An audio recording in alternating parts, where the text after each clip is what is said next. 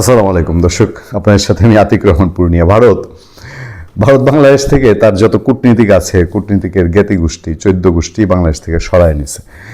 এবং এটা তারা এমন হঠাৎ করে সরাইছে, আমরা এই নিউজটা প্রথম ব্রেকিং আকারে বাংলাদেশের যে কোনো সংবাদ মাধ্যমের আগে আমরা আপনাদেরকে জানিয়েছিলাম। আমাদের দিল্লি থেকে সাংবাদিক সূত্রে পাওয়া, এবং দিল্লির সাংবাদিক গৌতম লাহিড়ী তখন লাইভে ছিলেন, তিনি জানালেন যে হঠাৎ করেই ভারতের যত কূটনীতিক বাংলাদেশে আছে তাদের আত্মীয় স্বজন যারা ছিল সাথে, ধরেন যে হাজব্যান্ড যদি কর্মকর্তা হয়ে থাকে, ডিপ্লোমেট হয়ে থাকে, তার স্ত্রী সন্তান, মানে ডিপ্লোমেটদের জ্ঞাতি গোষ্ঠী সব তো সরাইছেই। এমনকি ভারতের 9 ইঞ্জিনিয়ার ছিল আমাদের দেশে বিদ্যুৎ কেন্দ্রে, সেই 9 ইঞ্জিনিয়ার পর্যন্ত ছাইরা দেওয়া কাইন্দা পাচ্ছি পালাইছে। এবং ভারত কেন এটা করতেছে, আমাদের পাবলিকের প্রশ্ন যে ভারত হঠাৎ করে এই সিদ্ধান্ত কেন নিল? আইসো তারা অ্যাটম বোম মারতেছে না, মারেও না এখন পর্যন্ত, তাহলে কাহিনী কি?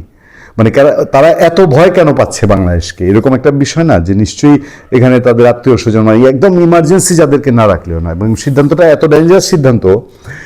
পাকিস্তান যে ভারতের এত খারাপ শত্রু, এত খারাপ দেশ ভারতের জন্য পাকিস্তানের ক্ষেত্রে ভারত এই কাজ করে নাই।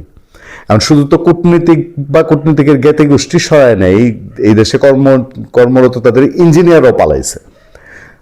ইঞ্জিনিয়াররা যদি ওই দেশে গিয়ে বলছে যে এখানে কি ভিসা জটিলতা আছে, তারপরে আরও তাদের নিরাপত্তার কথা নাকি সংশ্লিষ্টদের বলছে, কর্তৃপক্ষের বলছে, কিন্তু কেউ কোনো পাত্তা দেয়নি। অ্যান্ড এই সিচুয়েশন যখন, তখন বাংলাদেশের মানে পুরো জিনিসটা এন্টিনার উপর দিয়ে যাচ্ছে। মানে ভারত কেন এটা করতেছে এটা বাংলাদেশ বুঝতে পারছে না। মানে অন্তত বাংলাদেশের পররাষ্ট্র দপ্তর যে কথাবার্তা বলছে, সেই কথাবার্তা এইটাই বোঝা যায়। এবং ভারত যে এই কর্ম করলো, এটার আগামাথা কি, বাংলাদেশ মনে এটা জানার চেষ্টাও করে নাই, ভারতের আনুষ্ঠানিকভাবে জিজ্ঞেসও করে নাই, আর ভারতও জানায় নেই। নিশ্চয়ই তাদের কাছে তথ্য আছে, তো বাংলাদেশের ইন্টেলিজেন্সও কিছু পাইলো কিনা, অথবা ভারতের কূটনৈতিক চ্যানেলে কিছু জানলো কিনা, এগুলো কিছু বলে না। মানে ওই গতানুগতিক কথাবার্তা, হ্যাঁ এটা কাজটা ঠিক করে নাই, বাংলাদেশে কোনো নিরাপত্তার সমস্যা নাই, হ্যানতেন।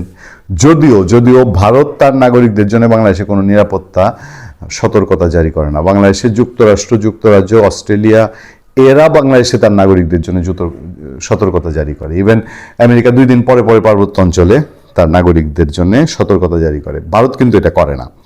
তো এই যে বাংলাদেশ ধরতে পারছে না, তার এন্টিনার উপর দিয়ে যাচ্ছে, ভারত কেন হঠাৎ এই সিদ্ধান্ত নিল, এইটা ঘটনার বেশ কিছুদিন পরে বাংলাদেশের পররাষ্ট্র উপদেষ্টা বলছে যে ভারতের কূটনীতিকদের পরিবারের সদস্যদের প্রত্যাহার সংকেত যে কি, মানে কাহিনীটা কি, ইঙ্গিতটা কি, তা একেবারেই বুঝতে পারছি না পররাষ্ট্র উপদেষ্টা।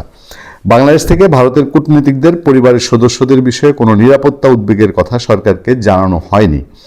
আর ভারতের কূটনীতিকদের পরিবারের সদস্যদের বাংলাদেশ থেকে প্রত্যাহারের মধ্যে দিয়ে আসলে কোনো বার্তা দেওয়া হচ্ছে কিনা সেটা স্পষ্ট নয়।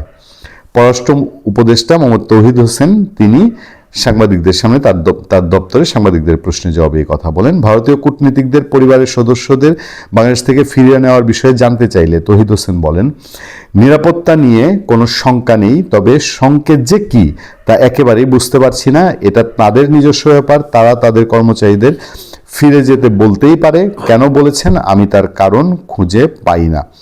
বাংলাদেশে এমন কোনো পরিস্থিতি বিদ্যমান নেই যে কর্মকর্তা বা তাঁদের পরিবার পরিজন বিপদে আছে বলে মন্তব্য করেন পররাষ্ট্র উপদেষ্টা। তিনি বলেন, এখন পর্যন্ত এরকম কিছু ঘটেনি, আশঙ্কা হয়তো তাদের মনে আছে, কিংবা তারা কোনো মেসেজ বা বার্তা দিতে চান কিনা, তবে আমি আসলে এটার মধ্যে কোনো কারণ খুঁজে পাই না। তারা যদি তাদের পরিবারকে ফেরত নিতে চান, আমাদের তো কিছু করার নেই। আর বাংলাদেশের সামনে ইলেকশন, ভারতের সাথে দা কুমড়ার সম্পর্ক একেবারে তলানিতে। আর আমাদের উপদেষ্টাই যদি বলেন যে ভাই সংকেত কি আমরা জানি না, তো আপনার তো অনেক চ্যানেল আছে, আপনার কূটনৈতিক চ্যানেল ছাড়াও নানান চ্যানেল আছে, সেগুলো একটু জেনে আমাদেরকে তো জানাবেন অন্তত। ভালো থাকবেন, সুস্থ থাকবেন। আপনাদের সাথে আমি আতিক রহমান পূর্ণিয়া।